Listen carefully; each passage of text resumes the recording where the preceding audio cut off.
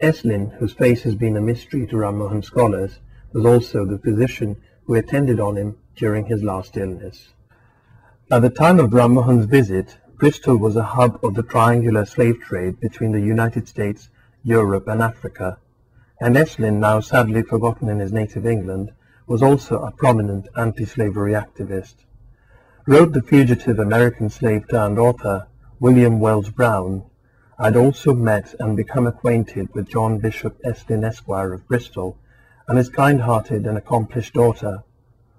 Of the hundreds of British abolitionists with whom I had the pleasure of shaking hands while abroad, I know of none whose hearts beat more fervently for the emancipation of the American slave than Mr. Estlin's. He is indeed a model Christian.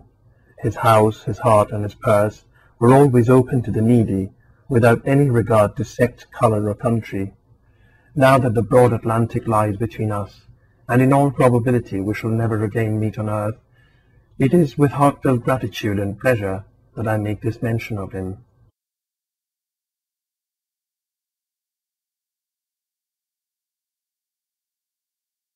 A year of relentless search revealed that a marble bust of the good doctor, produced by the noted Victorian sculptor E.H. Bailey, could be in the storage of the Bristol City Museum. Upon inquiry, the curator Sheena Stoddard managed to locate the bust in the sketchily catalogued inner recesses of the museum. At this time, the bust could only be seen from the back, the way it was positioned high on a shelf. Finally, the kindly face of Estlin was before us. Apart from a chip on the nose, it seemed to be in pretty good nick for a bust sculpted 150 years ago. There was no way to tell how long it had been away from public view. However, Sheena had also found a painting and a photograph that could guide the restoration process. It was very inconveniently stored on some racks way above head height and behind other marble busts, quite heavy. We've now got a very good lifting truck that we use, a scissor lift. We didn't used to have that. So two colleagues and I had to go to the store, and the men did the heavy lifting, scissor lift truck up to the same level, move the other bust, and then we had to tip Estlin, that is, somebody had to take the weight of him to get him out of these inconvenient racks onto the scissor lift and down. So it was quite a tricky process for something that's so fragile, because you obviously can't drop it. Well, to my shame, I did not look until you'd gone. Because we'd been in the store, we'd looked at the bust, which is what your question had been about. And then after you'd gone, I came back up and simply did a few very easy searches on the database and realised we had a portrait. So I got it out and then emailed you.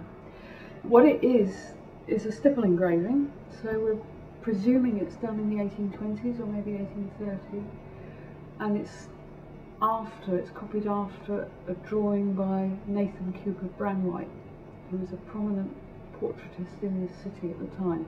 That's small portraits, miniatures and monochrome drawings.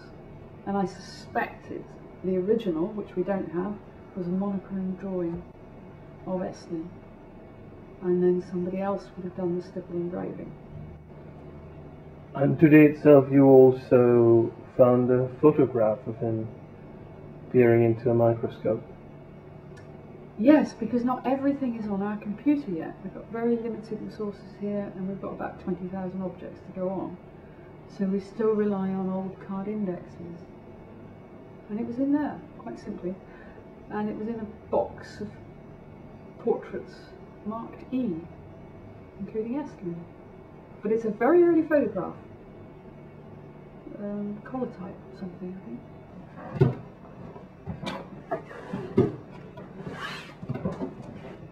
Now we've got lots and lots of portraits, and they're not on the computer yet,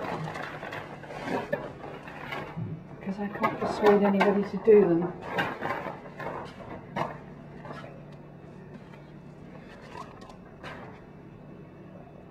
And that is probably it. Dr. John Bishop Estlin.